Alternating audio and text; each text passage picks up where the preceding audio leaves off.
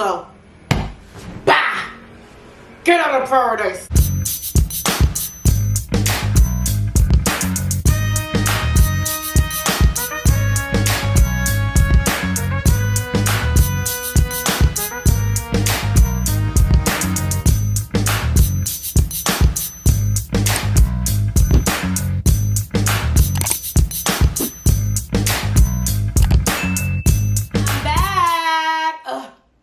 Finally, it feels so good to be back. I missed you guys.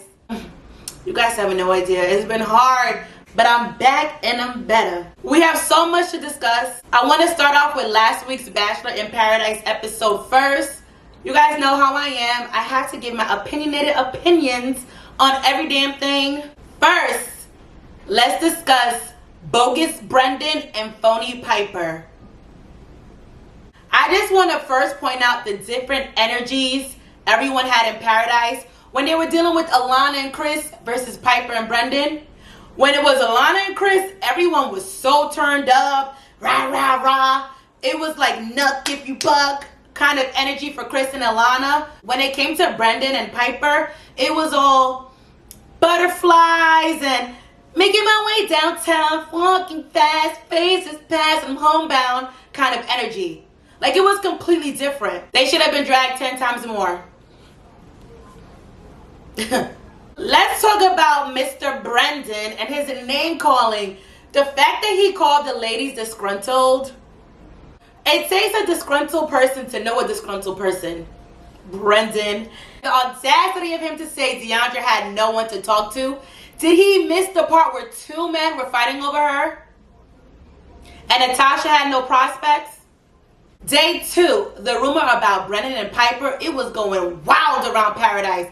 What did Natasha do? She went straight to Brendan, asked him about it, and what did he do? He shut the rumor down. He shut that rumor down right away. He said he had a deeper connection with Natasha. Him and Piper, it wasn't anything serious. And Natasha believed him. Silly me, I felt fuckboy vibes, but I was like, you know what? I kind of like Brendan. I'm just gonna, not follow my gut and believe him too.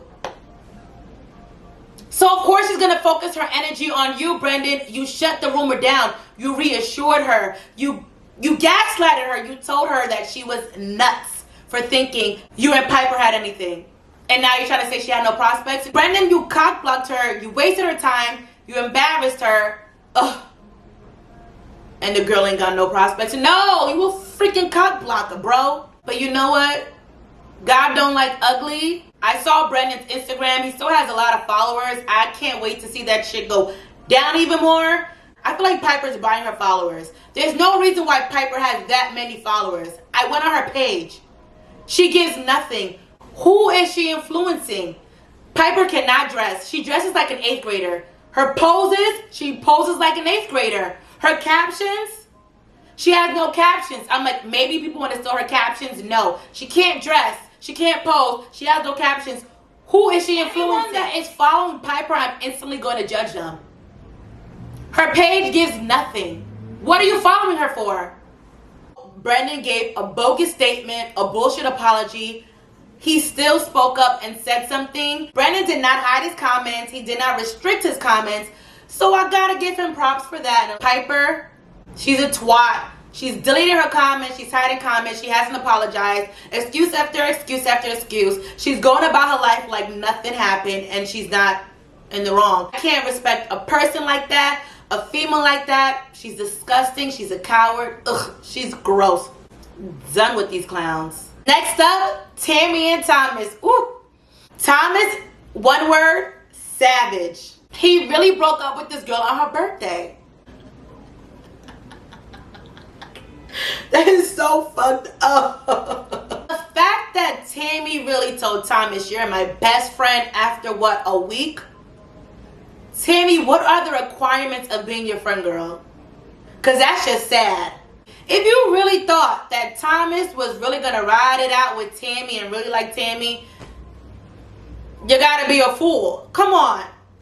I think Tammy was just attracted to Thomas sexually. You know, Thomas is hot. Thomas is huge. Thomas is a man. Lust will get you every time. We said bye to 4 ladies last week's episode. Deandra, Yesenia, Tammy, Demi. I'm definitely gonna miss Deandra. She's gorgeous. This is no insult or shade to anyone in Paradise. I just feel like Natasha and Deandra, they're too good for Paradise. I feel like they both deserve their own season of Bachelorette. I hope that's in the works. I kind of hope Natasha, no offense, doesn't find anyone.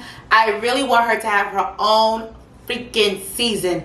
She deserves it. I would love to see her in a pool full of men. Let's manifest that. Demi's gone. I really thought Demi was going to wall out. I was waiting to see her go crazy, but she didn't.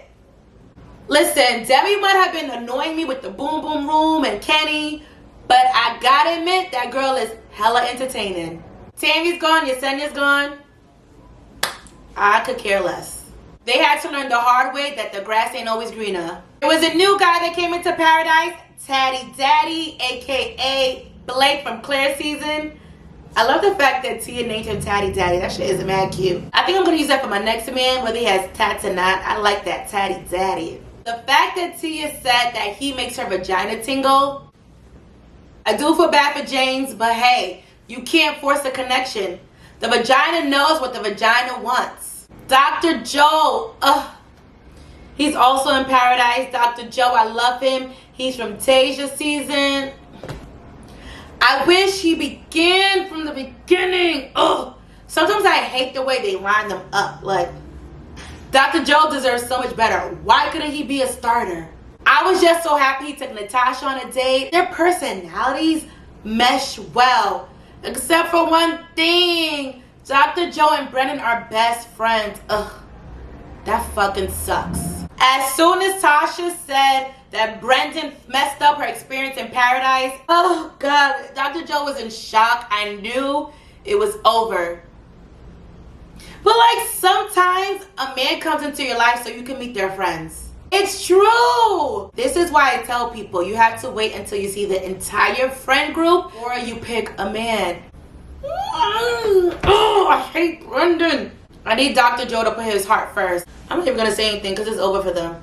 Now let's discuss the couple that I never saw coming and I didn't think it would last. Joe and Serena. Oh my God, Joe had a nice little date on the beach for Serena. I love their witty, sarcastic, back and forth banter. It's nothing better than finding a person that understands your sense of humor. They're so adorable, I just cannot take it. They both share that they are falling in love with one another. Oh my God. I can't believe I'm invested like this.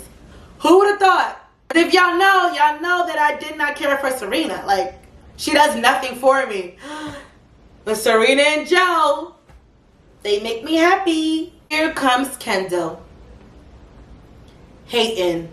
Now this is a time where we took Tuesday's episode. It began with Kendall, all in her feelings about seeing Joe and Serena on the beach. Yes, I understand. It may be hard to see your ex move on. That's not easy. I understand that. Kendall does not want Joe. Please. If she wanted to do something, she had a whole year. She's still not willing to move.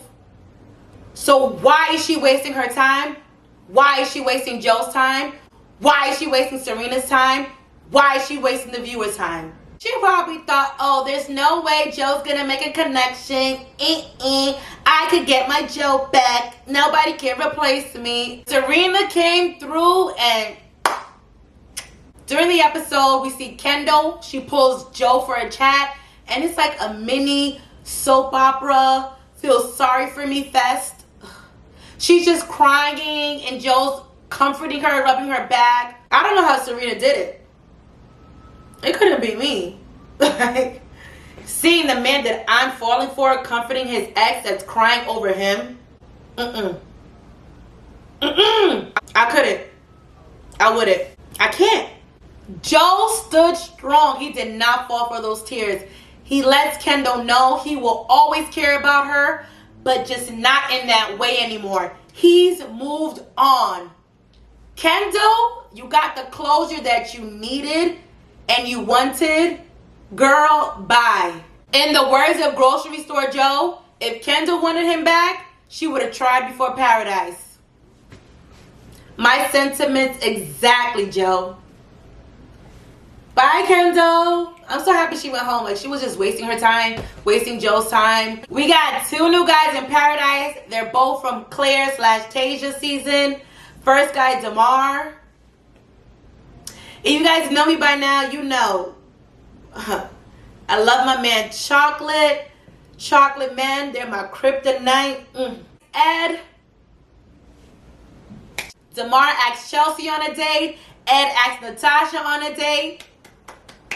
I wish Brendan was in Paradise to see all the prospects Natasha has. Like, my girl got 2 dates in a row, and one of the dates was with one of your best friends, Brendan.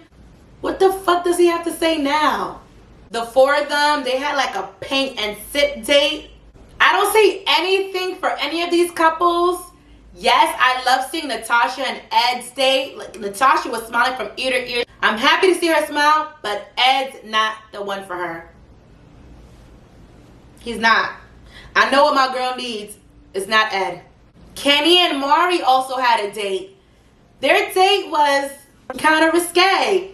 They were both naked and they took turns eating tacos off of each other. When it comes to Kenny and Mari, I really don't care about them that much. Yes, Mari told Kenny, I want to go on other dates, this and that, blah, blah, blah, whatever. They separated for a while. Fine.